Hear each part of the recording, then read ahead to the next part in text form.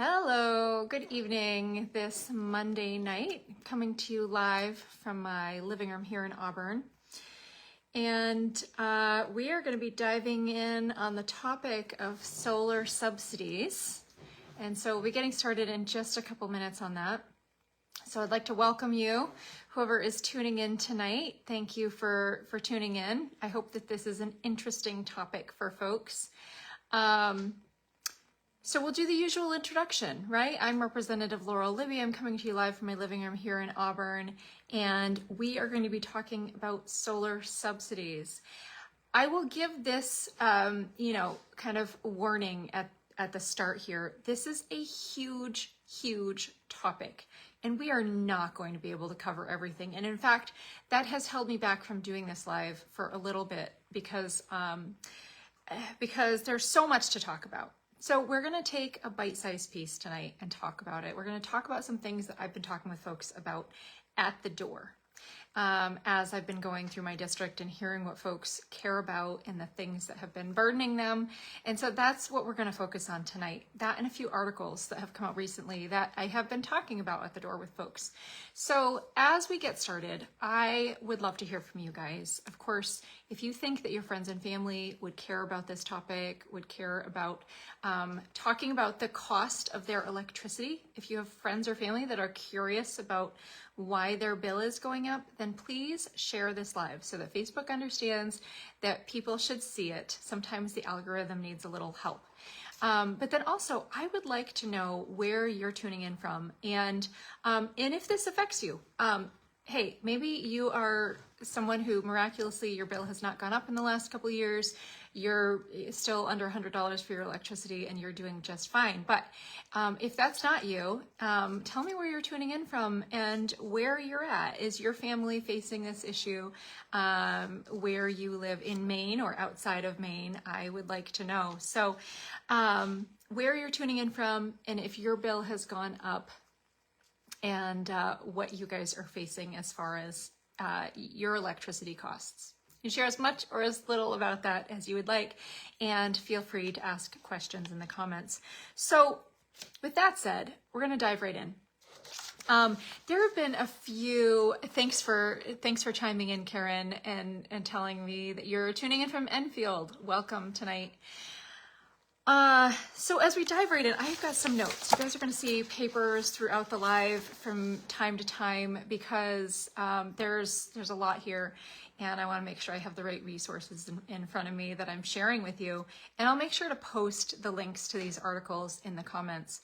First of all, it's a little interesting that this issue is starting to finally make the mainstream media and with some level of accuracy, that there's some reporting on this issue that is affecting Mainers within the mainstream media, and that people are actually learning why and how this is affecting them.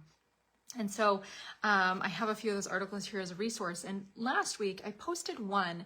It was about the Milo chip factory. So if you saw that post, it was talking about how this business is facing their electricity bill doubling. So their electricity bill has been about $5,000, and they have a new $6,000 per month solar subsidy charge, which is insane. So their bill is more than doubling, and that is what they're facing. And so they're probably going to end up closing their business. So that is an example of one of the insane effects of what we're going to be talking about tonight. This one factory who is with this new charge, doubling their bill, having to close. Well, where did this come from? That's kind of the question that I'm hearing a lot at the doors. People don't know why their electricity bills are so high. So if that's you, stay on the live, stay tuned, and let's talk about that. If you have lived in Maine for any amount of time, you've seen lots of solar projects going in, lots of solar fields going in since 2019. And here's why. Back in 2019, the legislature passed a bill. It is in reference to net energy billing. And the long and short is this bill incentivized small scale, yes, those fields are small scale, solar projects all around the state. And so you ask, how did they incentivize it? Where's the incentive? We've got Representative Larry Dunphy on here tonight. He knows all kinds of information about this. He is on one of the committees that deals with this. So how is it incentivized? Okay, well, long and short, the legislature mandated, it's an important word, that CMP and Versant, who deliver your energy, right? They deliver your electricity, mandated that they buy the energy produced by these community solar fields. What a friendly name, right? Community solar fields. At average, more than 20 cents per kilowatt hour. But here's the kicker. It costs less than 10 cents per kilowatt hour to produce. So the legislature mandated that, and these numbers are by and large, right? These are averages. The legislature mandated that CMP and Versant buy energy from community solar fields at more than twice what it costs to produce. Now, where does that cost go? It has to go somewhere, right? Does it just magically get absorbed and CMP and Versant just say, okay, I guess we just have to pay more? No, that cost gets absorbed by you, the ratepayer. Yes, you, the ratepayer. So long and short, when you drive by one of those new community solar fields, the thing that should pop in your mind is, that is my bill, my electricity bill going up, okay? Just like Milo Factory with their bill doubling as they had to start bearing the burden of this solar subsidy, you, the ratepayer, are subsidizing those solar fields, okay? So even if, as Representative Dunphy is pointing out, even if you can buy, if there's energy available at a much lower cost, doesn't matter. CMP and Versant still have to buy the energy produced by these solar fields. So that was implemented back in 2019. And as one of these articles points out, it was an article, Community Solar is Booming in Maine, but who owns the projects? This was an article by the Maine Monitor. And as they point out, I'll read you this little blurb here. Maine's Community Solar Program, commonly known as net energy billing. Look how friendly these terms all are, such friendly terms. Net energy billing has been wildly successful in incentivizing the development of small-scale solar power projects. They've popped up like mushrooms as developers chase the deals codified by state lawmakers, allowing them to sell power at a premium above market rates. Okay, so again, that cost is getting passed along to you. This is getting passed along to you. And at the same time that the cost is getting passed along to you, the folks who are in support of these policies are, they're able to get away with this. They've convinced you that CMP and Versant are the big bad guys here that are driving your bills higher. They're laughing literally all the way to the bank as the special interests make millions and millions of dollars off of you, the main ratepayer, who cannot afford, I hear at the door constantly, cannot afford to pay these bills, cannot afford to pay these subsidies, cannot afford to pay a bill that is continuing to go up. Milo Factory certainly can't, right? They're going to be closing their doors because their bill has doubled due to these subsidies. And so this charge, it is charged to residential and businesses. It can range from as low as $11.64 a month to more than $9,000 a month for businesses. That's right, from $11 a month to $9,000 a month. So it's this huge payday. It's a huge payday. And this, I've been talking about this a lot at the doors. This is one of the most common things that comes up. The cost of living comes up all the time. And people ask, energy comes up, but most people don't know that the legislature has anything to do with it. And so I have asked this question now hundreds of times at the door. Would it surprise you to learn that the legislature has a hand to play in the high electricity bill that you have been suffering under? And most of the time, 95% of the time, I get just this huge shock that the legislature has anything to do with it, which is why I'm hopping on here tonight to talk about it, because Maine people not knowing that is part of the reason that this policy has survived for the last 5 years. So think about this, families that have installed heat pumps and then are faced with skyrocketing bills in the winter, just as they're trying to keep their family warm, right? And install a heat source that is supposedly affordable and is gonna keep them warm for the winter. So there's an article that came out somewhat recently that is really the one that inspired this live, because the question I get at the door is why? Why does this policy still exist? Why is it allowed to exist? Why am I subsidizing this? Why are Maine people responsible to bear this cost? And I have to tell you that the reason is, one of the reasons is, that the folks in Augusta that are in charge and that are allowing this policy to stand, because we did have a bill, we had a bill this last session to address this, to address net energy billing, and that bill was killed. So the folks in Augusta who are in charge and running the show, they don't think that you're smart enough to figure out that they're at fault. They don't think that you are informed enough to know that they are complicit. And they don't think that you can figure out that they have the power to change this and that they have been at fault for your bill increasing and your family struggling. And as long as they think that they can get away with it, they will. They're not motivated to change because they haven't experienced any pain to this point, right? Maine people have continued since 2019 to vote them into office. Now, I'll be fully transparent. Back in 2019, this bill passed with both parties. Both sides are complicit. But since then, there have been efforts to repeal and roll this back, and those efforts have failed, and they've failed in a partisan way. And so they are benefiting too much by the special interests making a lot of money off of you. And so they don't want to roll back the subsidies. They don't want to change the policy because they're benefiting from it. And they don't think that you will figure out the truth. So there was an article that was published very, very recently. And there's a quote in it. It's talking about a new rule that has been advanced, regulations by the Maine Department of Agriculture, et cetera, and it has to do with solar projects going in on high value agricultural land.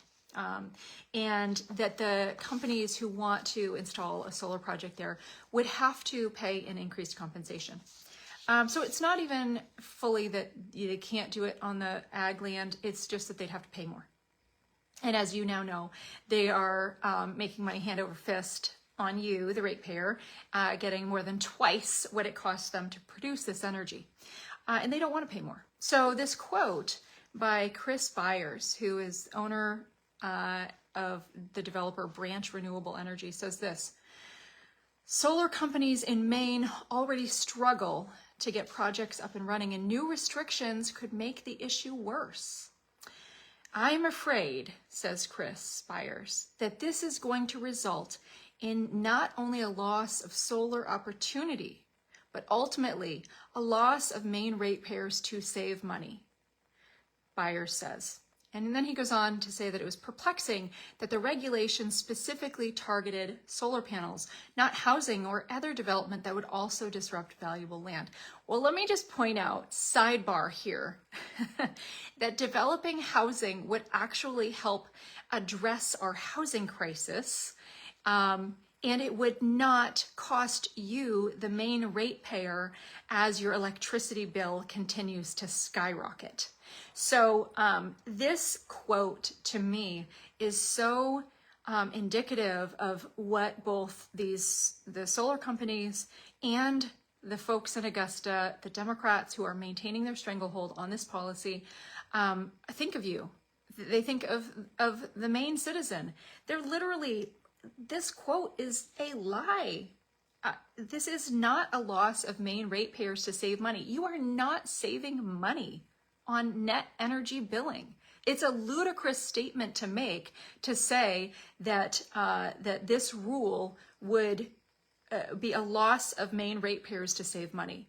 And to say that is the only thing I can imagine is such a disrespect and thought that Mainers just don't understand this policy and how it's impacting their wallets. And so this is just utter nonsense. It is perplexing, because what it actually means is not that Maine ratepayers will fail to save money. It means that let's slow the roll and maybe not harm Maine ratepayers quite so quickly. Like, let's just slow down for a minute and not make your bill continue to skyrocket at the current rate. So that article, as I said, this was part of what inspired this live tonight, the disingenuousness of that quote. And so I'll move back to another article and talk for a minute. Public advocate William Harwood. His role is he's the public advocate to protect the Maine ratepayer. And in one of the articles, he talks about how we should think about net energy billing. And I'm going to read you what he says. I don't agree with him, and you'll hear why. But he says that a good way to think of it is as a sales tax, right? Net energy billing. Think of it as a sales tax. And that the question is who pays for it. And he goes on to say, this is where you end up with the circular firing squad. It shouldn't be me, he says. It should be some other ratepayer. Well, I'll come back to that in a minute, but what he then goes on to say is, this Marissa Minor goes on to say, is that the PUC is supposed to ensure that the cost of the programs is fairly spread between customers. And then at the end of this article, we go back to Harwood, and he points out that only the legislature, this is critical piece here, right? Only the legislature can change the cost to ratepayers. He can't change it. CMP can't change it. Versant can't change it. Only the legislature can. Only the legislature has the power. And so it can choose, the legislature can, to eliminate the subsidy or to change how much ratepayers must cover. And a bill to eliminate the subsidy failed to become law during last summer's legislative session, as I mentioned to you. Now, the public advocate talks about the circular firing squad and people being, you the ratepayer saying, no, I shouldn't have to pay it, someone else should have to pay it. Well, here's the thing. Solar should either exist and be able to stand on its own two legs or not. And that's where I can't agree with Harwood, the public advocate, because we have here a policy that the choice should not be which ratepayer pays for it. The choice should be it doesn't exist unless it pays for itself, right? Unless solar is such a great deal that that we don't have to subsidize it, right? Neither government nor ratepayer, because government is tax dollars, should have to subsidize solar in order to make it work in Maine. And so do you, the ratepayer, I'll ask you, do you want to subsidize solar? Do you want to have, look, you can look at your CMP bill, top left corner, you're going to see the charge that you are paying for subsidizing. It is pretty transparent these days. That charge is going to go up as we continue to see more solar fields in Maine. Now, I'm not against solar. I'm against solar subsidies. I don't think you, the ratepayer, should have to pay money out of your pocket, especially in the current economy, in order to pay for these solar fields to go up all over Maine. Especially when we have cheaper sources of energy available. Do you, the ratepayer, want to pay solar subsidies? Do you, the taxpayer, do you want to subsidize solar? As a business owner, do you want to subsidize solar? Is it worth it to you to see businesses like Milo close across the state in order to artificially boost this form of energy? Is that what you want, the Maine people? Because if it's not, then you're the only ones who have the power to change that. So subsidies right now, this is the only way that it works. And right now, you're the one paying for it. So when you drive by that new solar field and you think, my bill's going up, that new field, my bill's going up. Is that what Maine people want? I don't know. Maine people have been voting for that the last few years, and in 2024 have another opportunity to vote and decide, is that a policy that you want? Listen, sure, a lot of what goes on and a lot of how much money remains in your pocket is determined at the federal level, but a lot of that is determined at the state level. And policies like this are just one example of how the legislature is getting away with picking your pocket and you have no idea. And as Representative Dunphy points out, yeah, picking winners and losers, deciding, well, we want solar, we want, green, clean energy. And so we are going to mandate that you, the ratepayer, pay for it. That's what has come down from Augusta to you, the ratepayer, and that is why your bill is going up. So here's where I stand. We should repeal net energy. And I don't know, I can't tell you who in Augusta agrees with me on that. I know that there is, on my side of the aisle, there's an appetite to at least amend it. I say repeal it. It either stands on its own two legs or it doesn't. That's it. And the argument made is, well, these companies have bought in and we should uphold the contracts. You know what? These companies bought in knowing they were making a payday on the backs of Maine people, on your back, and you are the one paying for it. And so, yes, I say it should be undone because it is not a fair and equitable and good policy. It is not right that Maine people should have to subsidize this cost. And so, no, we should not grandfather some people in. We should not be still subsidizing the solar that has come in over the last few years. But the status quo in Augusta wants what we currently have. And so if you want that to remain the same, well, vote them back in. This is just what I want to emphasize here as I close, is that this is just one example.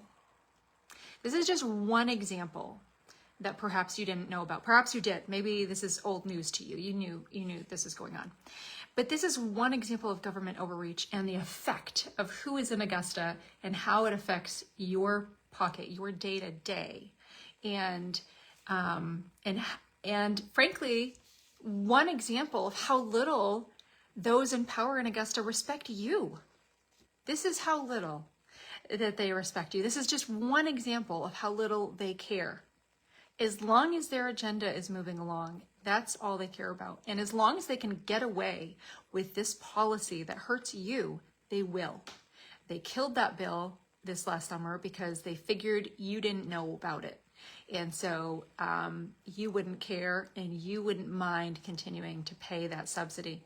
And so I would argue we need a majority that will put Maine people first. I would argue that we need legislators in Augusta who care about you, who care that Maine people, the people I am talking to every day at the doors, that are struggling to pay for their everyday costs, struggling to pay for groceries and electricity and make sure that their kids have their needs filled, that there's a majority in there that cares about you, that there are legislators in Augusta who care more about you, the Maine people, than about lining the pockets of special interests and making sure that their agenda is accomplished. And right now we don't have that.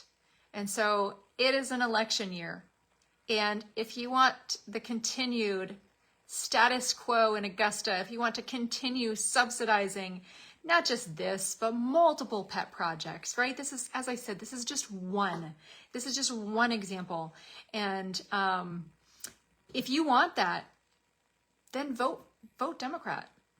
But if you don't, then make sure you are helping achieve a conservative majority, because we're not going to see change until that happens. So remember who's been in charge the last essentially 40 years.